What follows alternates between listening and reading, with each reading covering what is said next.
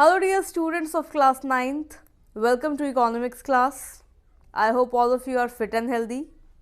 Students, in this video, I shall be continuing with the third chapter from your economics book, that is poverty as a challenge. So students, in the previous video, I explained you about poverty line.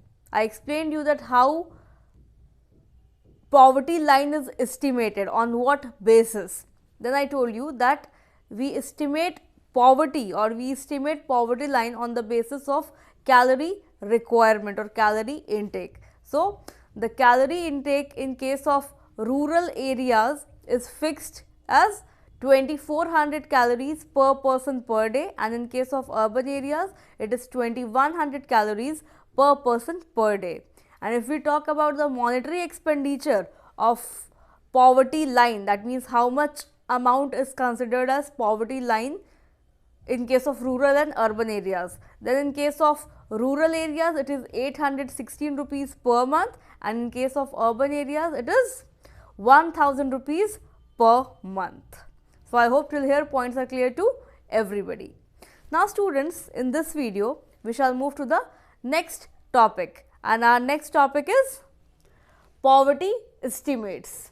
That means we will see the condition of poverty in our country. We will see that how our economy is growing or how this poverty is impacting our economy. There is an analysis that you can see. You can see this graph, and with the help of this graph, I'll cut this line. Students, you can see this data, and with the help of this data you can analyze the situation in our country. As you can see, poverty ratio is given in percentage, and we have number of poor in millions, and year is also mentioned. So we will be studying about this data in detail, that what is this data trying to show or indicate. So as you can see, year is mentioned, that means from 1993 to 94, the first one, then we have 2004-5, then we have 2009-10, and at last we have 2011-12. And first of all we have poverty ratio. So as you can see, the rural as well as urban ratio is given, and the total is also given. And you can see here number of poor, which is in millions. So in case of rural also and urban it is given, and the totaling of both are also given. So from this data, what can be analyzed? What result can we get after analyzing this data? So as you see this data, you know there is a substantial decline in the poverty ratio. As you can see earlier, that means in the year 1993 to 1994, poverty ratio was 45, and if we see 2004 and 5, the poverty ratio has come down to 37%. That means there is a decline in the poverty ratio, which is a good thing, which is a positive sign that yes, our country is growing, our economy is developing. So see, if poverty ratio will decline, that means we are moving on a better scale, we are moving on a right scale. So as you can see, there is a substantial decline in the poverty ratio from these 2 years, and gradually in the year 2011-12 it has declined to 22%, which is again a very good sign, a positive sign that our economy is growing. So I hope that this part is clear to everybody. Now let's see the second part, that is number of poor in millions. So we have rural area, we have urban area, and then the totaling is given. So students, as you can see that the number of poor they have declined from 407 in 2004-2005 to 355 in 2009 and 10, and further it has declined to 270 in the year 2011-2012. So this is the analysis that we can draw from this table. That means the poverty ratio as well as the number of poor in our country, they are declining, right. So, I hope that this table is clear to everybody. Now, students, we shall be moving to the next topic, and our next topic is vulnerable groups. I am saying it again.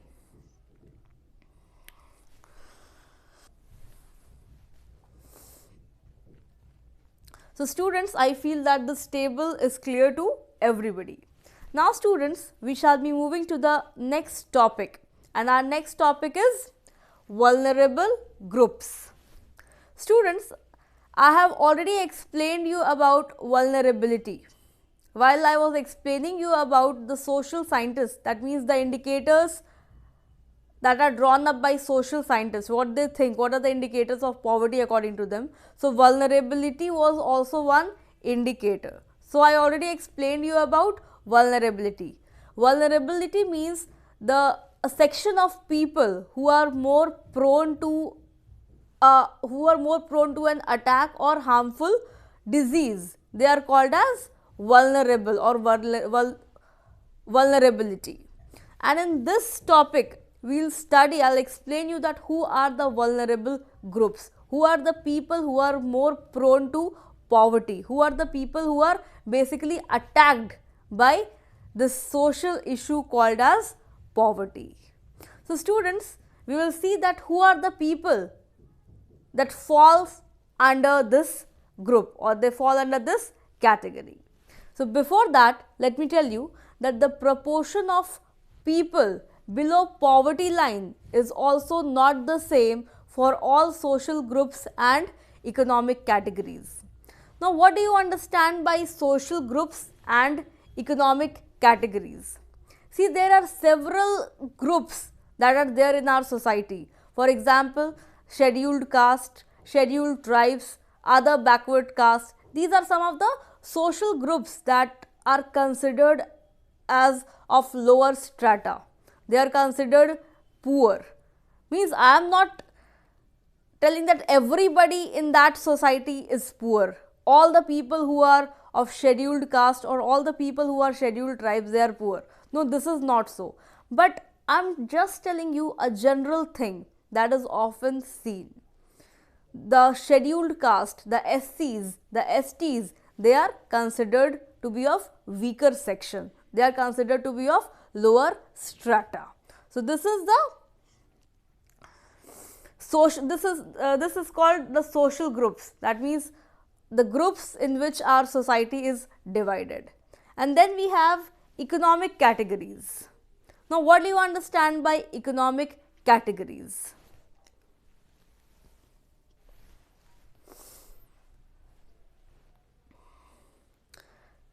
Now, students, economic categories means the category in which people are categorized on the basis of their income, on the basis of the land they have.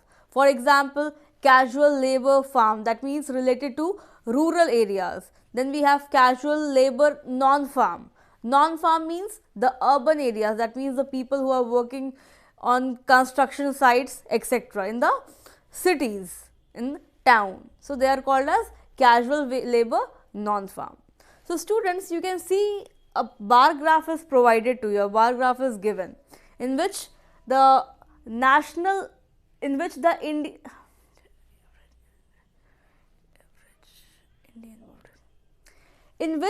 average Indian poverty ratio is given, which is 22%, and to be more precise, it is 21.9%.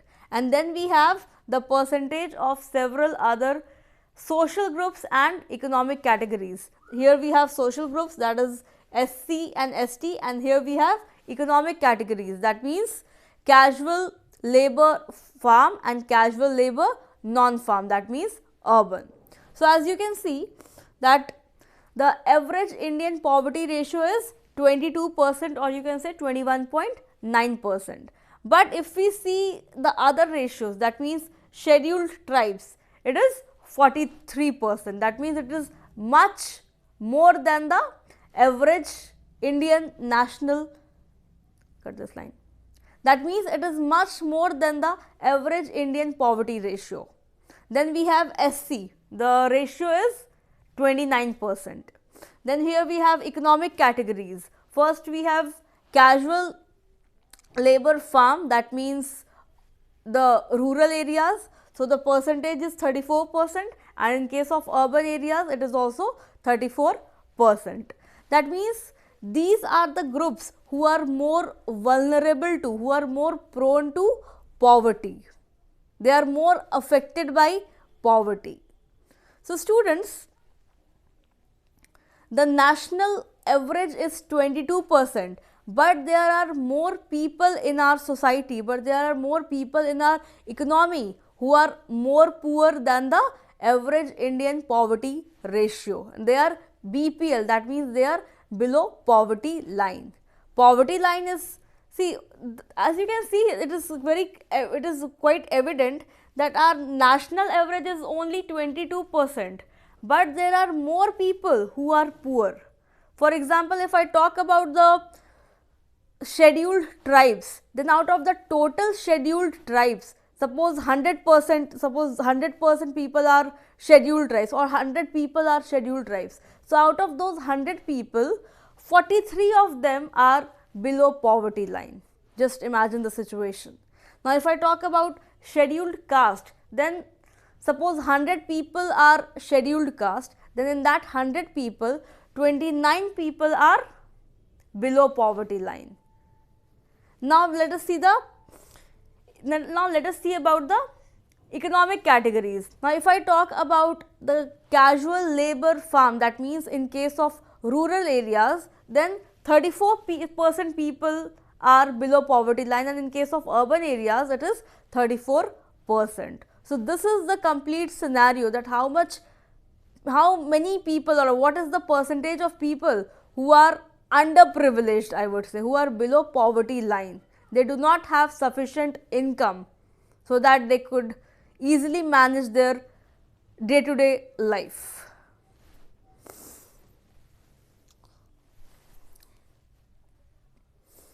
Now, students, I am going to tell you a very important point related to this. I am going to tell you the double disadvantage of being a landless casual wage labor household in a socially disadvantaged social group of the SC, that means scheduled caste, or the ST, that means scheduled tribe population. It highlights the seriousness of the problem. This means that if a person has no land, that means if a person is landless, a person is a casual wage labor, and that same person belongs to a weaker section or a weak section, that means that particular person who is a landless casual wage labor, he is a scheduled tribe or he is a scheduled caste, then the seriousness of that problem increases. That problem becomes more serious, or you can say there is a double disadvantage of being a landless casual wage labor as well as belonging to that section of society, that means belonging to scheduled caste or scheduled tribe. So, the person has to face double disadvantage because they are more prone to poverty. First of all, they do not have their own land, and secondly, they fall under that group. That means they are facing double disadvantage. Alright, and you know, students, the women, the female infants and the elderly people in the family, they have inequality of income and they are considered as the poorest of the poor. Now, why are the women, the female infants and the elderly people considered as the poorest of poor? We will understand this with the help of a hypothetical story. See, stories are very important to make the concepts clear, and with the help of this story, I am going to make this concept clear, that why these people or this group is considered to be poorest of poor and they have inequality of income within a family. If a family is poor, then definitely that family is poor, but in that poor family, these people, they are more vulnerable to poverty. Their situation is worse than the other people living in that same family, and that is why they are called as poorest of the poor. Now I am going to explain you that story.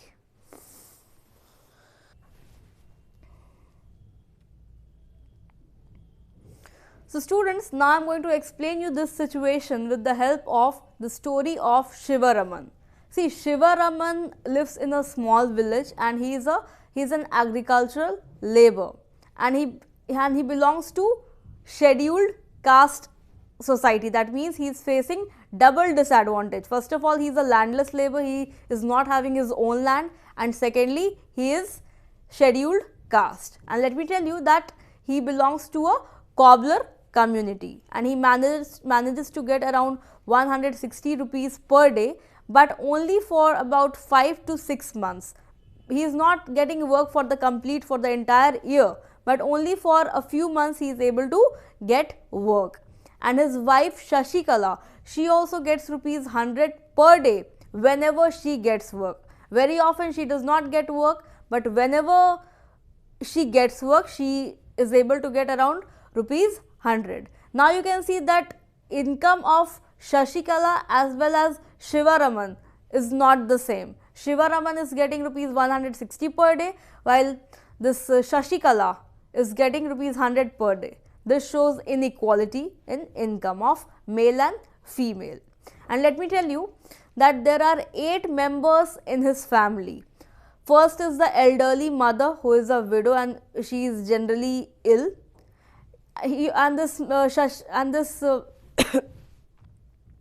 Shivaraman, he is also having a sister, a 25-year-old sister. She is unmarried. He is not able to arrange a proper groom for her because the groom is asking for dowry and several other things are demanded by the groom's side. And he has 4 children, 3 girls and 1 boy. And none of the children went to school. He has never planned for any kind of schooling for education for his children, but he plans to send his son to school whenever there is the right age for his son. Right now his son is very small, but he plans that whenever he grows up, whenever the right time will come, he will definitely send his son to school. And let me tell you that at times he manages to get milk, but only for his son. That means the condition of the family is very poor, it is very bad. They are not able, hardly they get proper income. There is lack of regular source of income in the family. So in this condition, who are more vulnerable in the family? The complete family is poor, but in this poor family, who are more vulnerable? See, if I talk about Shivaraman's mother, old mother, she is more vulnerable than his sister, that means who is 25 years old and she is unmarried. She is more vulnerable. Then the female infants, that means the daughters of Shivaraman, they are more vulnerable to poverty. They can be called as the poorest of the poor. So I hope that the concept of poorest of the poor is clear to everybody. See, the complete family is poor, but these people are more prone to poverty because they are dependent on Shivaraman. They are not independent, they are not earning, they are totally dependent on Shivaraman for everything. So they are considered as the poorest of the poor. They are more vulnerable to poverty. So I hope that this concept is clear to everybody. Now students, in the next video, I shall be explaining you about interstate disparity. Till then, thank you so much. Stay safe and do take good care of yourselves. Thank you. I'll meet you in the next video.